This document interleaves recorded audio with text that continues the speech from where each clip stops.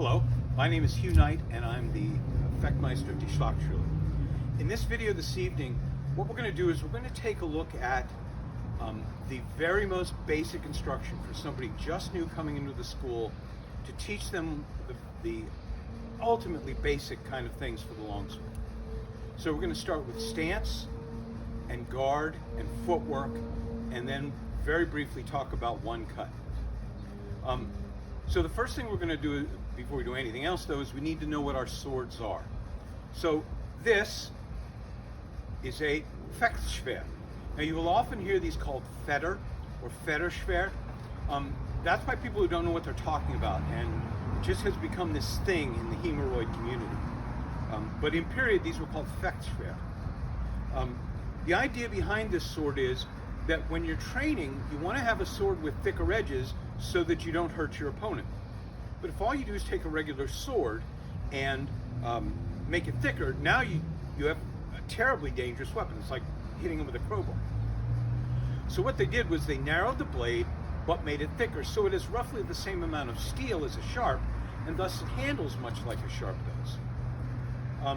You also taper it in both directions so that you get some flex towards the point. Now you'll often hear people call this a distal taper, and what they mean is this taper, but in fact both tapers are a distal taper, so that's one of those things that we sort of use in a bit of a sloppy way. Now this part of the sword is called the Schild.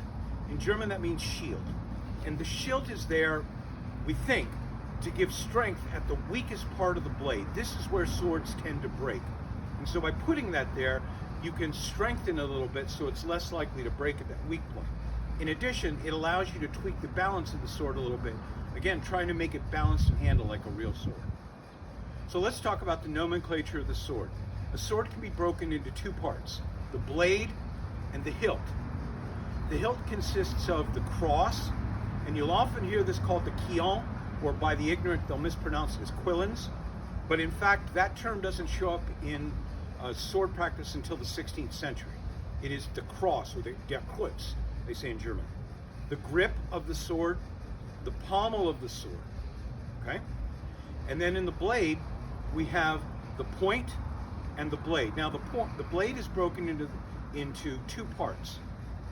From the middle of the blade to the point is the weak of the sword, and from the middle of the blade to the cross is called the strong of the sword.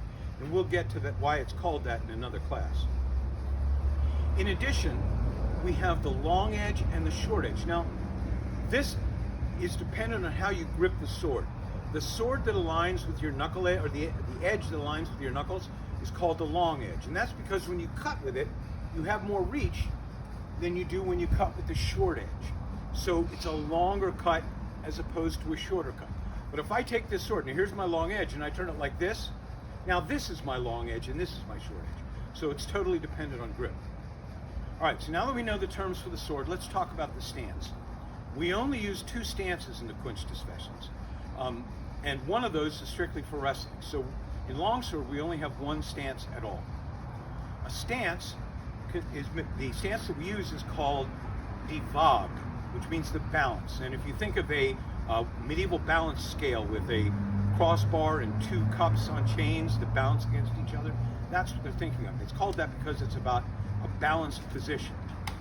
To assume die Waage, to assume the balance stance, you stand with your feet together and move your left foot one shoulder's width out. Then you take your other foot and move it just a bit more than a shoulder's width back. Now you bend your front knee, whichever it happens to be, not too extremely, but you don't want it straight. When you keep it straight, your weight tends to be balanced backward, and then you can't step off quickly. So you want to bring your weight mostly forward. I usually make it about 60-40, 60% on the front leg, 40% on the back leg.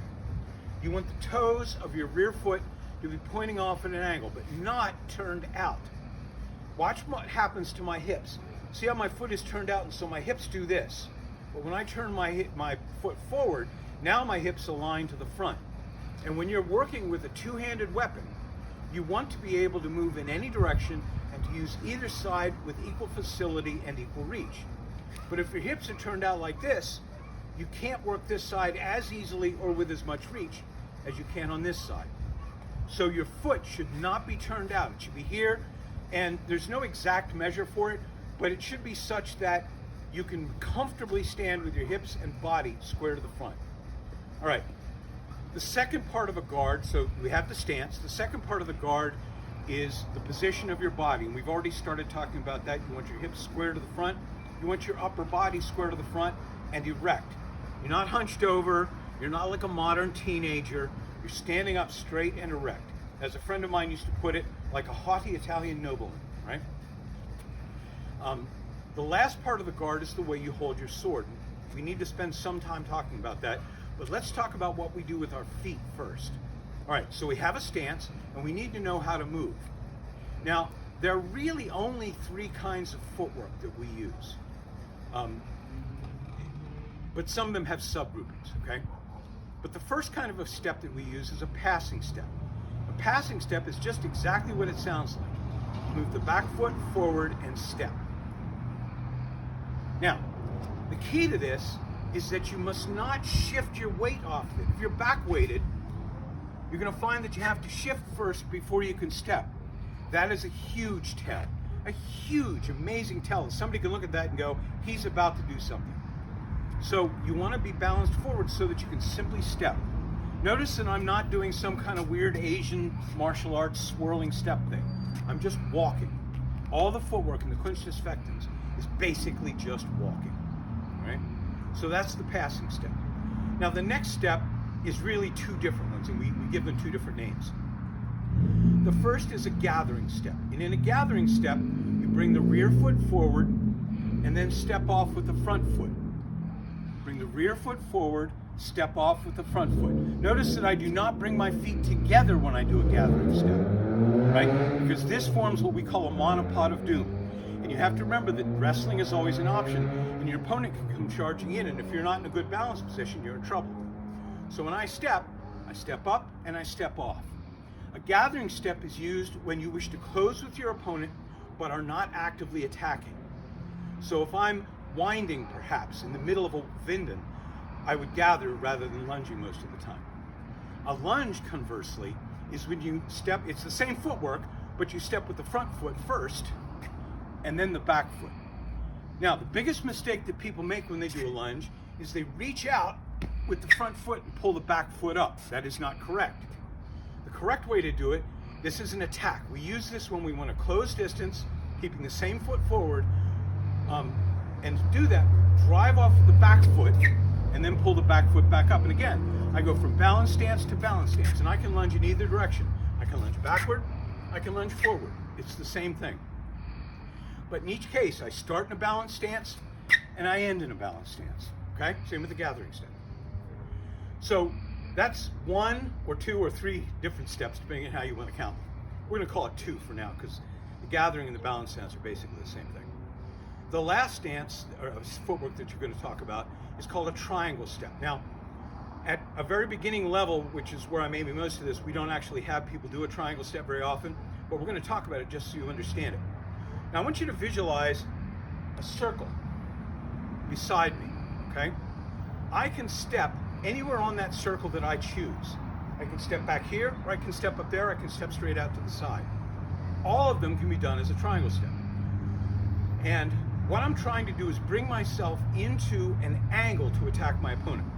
So if I'm standing on this straight line, on the ground here, right? Right now I'm facing due north. We always break things into compass directions, right? So that's north, okay? And I want to be facing, instead of from the south the way I am now, I want to be facing from the southeast. So the way I accomplish that is by stepping on the forward side of that circle and then bringing my back foot in so that I've changed feet, almost like a passing step, right? Then I can triangle step back to where I was, or I can triangle step to the outer quadrant the exact same way. I can also triangle step backwards. So I can step here and back and get that same angle of attack. I can step here and back and get that same kind of angle of attack. Anywhere on that circle, I can step, and that allows me great control over both the distance from my opponent and the angle at which I end up facing him, okay? So the last piece of the pie then, in terms of your guard, we've already talked about the stance, we've talked about the body position. Now we need to talk about the sword. So the first thing to know about the sword is the grip. Now most people, when they hold a sword, they hold it something like this. You will see this in movies all the time. I laugh my ass off. I see people are supposed to be experts with a sword, and that's how they grip it, okay? It's a hilt. You want to use the whole hilt, so you want your hands to be as far apart as possible. Also, this is called a hammer grip. You very rarely want this, because when you try and cut, your wrist doesn't want to bend that way. Instead, you have to hold with what we call a saber grip. In a saber grip, your hand is opened like that, so that the sword is lying diagonally across your palm, okay? I'm gripping mostly with these fingers, and less with the middle and forefinger, right? And I'm holding here. If I'm doing a cut from above with the back edge, then I do use a hammer grip, because I'm not trying to do this, okay?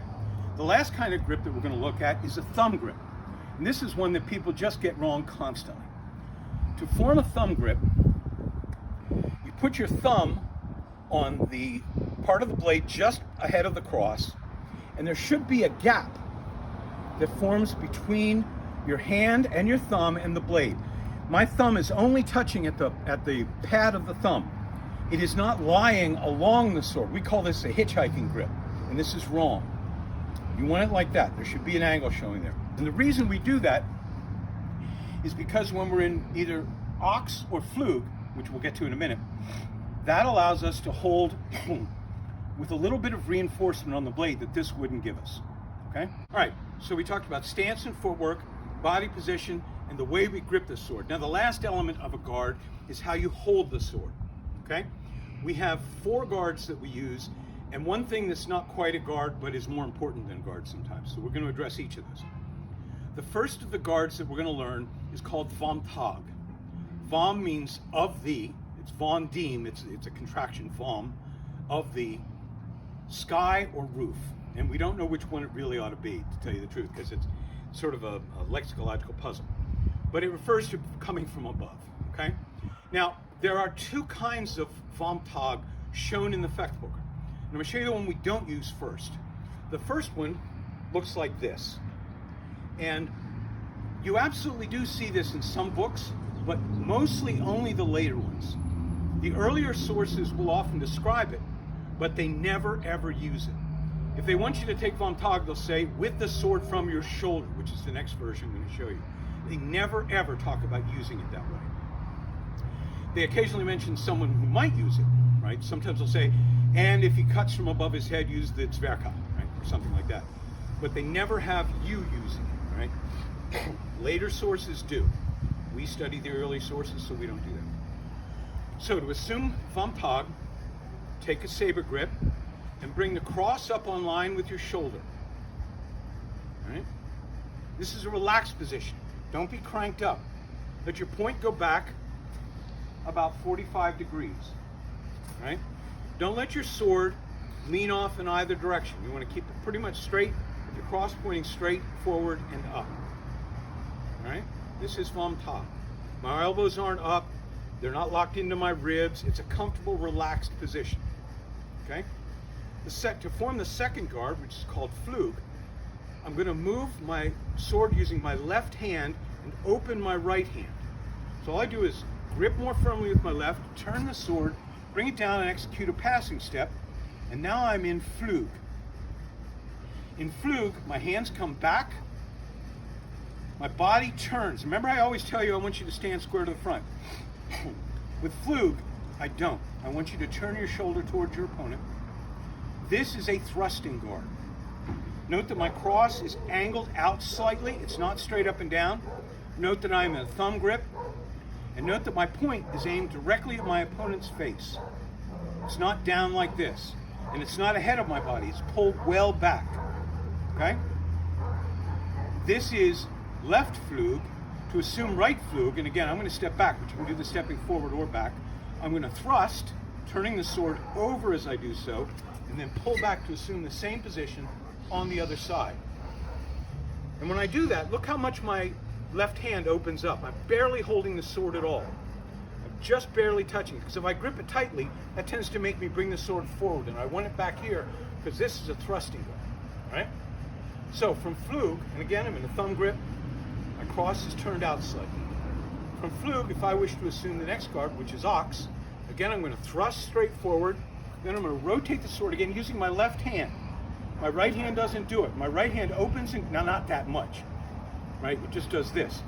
But I'm going to exaggerate it so you can see that my left hand does practically everything. My left hand does not end up on top. If you come into Ox and you look like this, what that tells me is you use the right hand to turn the sword over instead of using the left hand, okay? That's Ox. My pommel is back here relative to my head. It's not behind me. I want my cross ahead of my head as a protection. And I want my point angled down so as to threaten my opponent's face. And my cross is not flat. It's turned on just a slight angle. And again, I'm in a thumb grip. To assume Ox on the other side, I thrust, rotating the sword completely over, and step back, crossing my wrist. Note that both of my elbows are down. I'm not up like this. I turn to here, and again, I've got a very loose grip with my back hand. That is Ox on this side. The last guard is called Alber. To assume Alber from Ox, I'm going to pass forward and move my point straight down to the ground. My pommel is on a straight line with my body. It's not out to the side. It's not out like this. It's a straight line, and it is within an inch or so of the ground. It's not up here, and it's not actually touching the ground. It's all the way down. All right? And Alber looks the same on both sides. So those are the four principal guards of our system. The last guard of our system, everybody uses it. It's used a lot. Master Peter von Dante actually says it's the best and the most useful guard of all, but it's not truly one of the guards. There are only four guards. This is a position.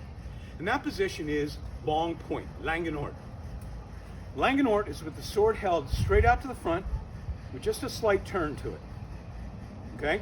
And you're aiming pretty much at your opponent's face or his chest, somewhere in here, okay, depending on what you're going to do with it. And you extend the sword the full length. Now, what I want you to think of in this guard is that you've just done a cut and you stopped, right? You didn't hit your opponent, right? That's when you have assumed Langenort. So if I cut at you and you step back, I'm going to stop right there. Now, you always see the amateurs that pretend to be experts in this. They want to cut all the way to the ground, except that the Nuremberg House book tells us how stupid that is to do. Because I'm not threatening you, you're free to act. If I cut to here, anything you do, anytime you pull back, anytime you move away, I'm just going to nail you, all right? Always threaten your opponent. So those are the guards of the sword plus one, all right? There are only four guards. Langenort's a special case, but it may be the most important of all of them. The last thing we want to talk about, and we've done this in a number of videos, but I'm going to do it again, just again from a very minimalist first night kind of student standpoint, is we're going to talk about one cut, the Zornhau. Zornhau means the cut of wrath, okay? Because it is the cut that a wrathful man would use. Now, it's one of the five secret blow, or the five Meisterhau, as some of the later masters call it. But in fact, the Zornhau isn't really one of the master cuts. The Zornhau Ort, the thrust from the cut of wrath, that is the secret technique. But anyway, this is called the Zornort. Now, you start in Vom Tag. Again, note the saber grip. And the way to do this, again, thinking of a student on his first night of class, right? What you want to do is teach him to take his right hand and punch straight to the front as if he's hitting a guy right in the face, okay? And notice that my right hand will always stay at the same level. It doesn't come down, it doesn't go up. Always stays at this height, all right? My sword is here. It's not turned out, it's not turned in, it's not folded, it's not bent, right? And the first thing that's going to happen when I go to cut is my point starts to move. I must follow the blow. The point goes first. And here's the reason why. If I step first, I have now closed until I'm close enough for my opponent to hit some part of me. Maybe just my hands, maybe my head, it doesn't matter. But that puts me in the knock, that puts me in the after, that puts me on the defensive. I want to take the offensive, and to do that, I'm going to lead with my point, thus forcing my opponent to displace my attack before he can even think about hitting me. So my goal here is to create a situation that allows me to close from being out of range to being in the engagement, from the Zufechten, as we say, the coming to the fight, to the Krieg, when you're in the actual combat, when you're engaged. And I want to do that safely. And to do that, I'm going to cut. And I don't have to cut fast. In fact, a fast cut is stupid. When you see guys on the internet showing how fast they can do a Zornhau, who cares?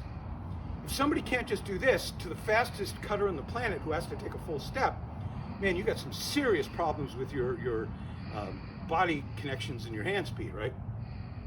So what you want to be able to do is just cut so he must displace, he must defend before he can hit you. So to make this cut, point goes first, and then my left hand starts to pull while my right hand pushes. So I first bring the point forward and then push my right hand while I pull with my left hand. See it? That is the Zornhau. Now, the key to that is to cut on a 15-degree angle. And you want to cut from his temple through his mouth to his knee. Now, obviously, we're not armatiers, we're not stupid enough to cut down to the knee. But that's the angle. It's about a 15-degree angle. If you cut on too flat an angle, anything will stop your cut. This angle, when it binds against things, tends to slide and either push attacks aside or slide through somebody's defense if it isn't very clean. Okay, so you want to be very careful to do that. The other thing that's really important to notice is that my pommel is not in front of my chest. If my pommel is in front of my chest, I get hit. But if I put my pommel over here, I don't get hit. So when Joe comes up here,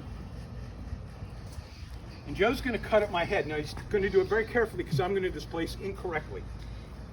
Thanks for warning. Because I cut straight, notice my pommel's on a straight line with my chest. So if you guys are getting hit in class, that's why you're getting hit in class.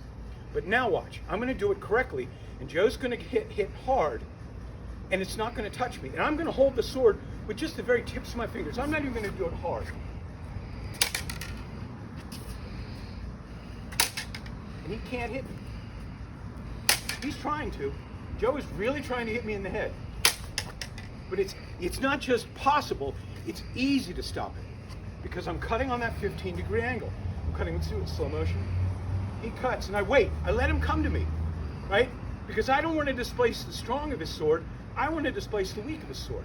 A lot of guys, they jump the gun, and they block here, and then they can't figure out why they get hit, right? I'm going to block the weak of his sword, so I let him go first. And then I cut, right? And that's why it works that way, right? So this is just a very quick look at it, but these are the things that you should be teaching and studying on your very first night of class. I hope I get some questions because somebody actually watched this video. Thank you.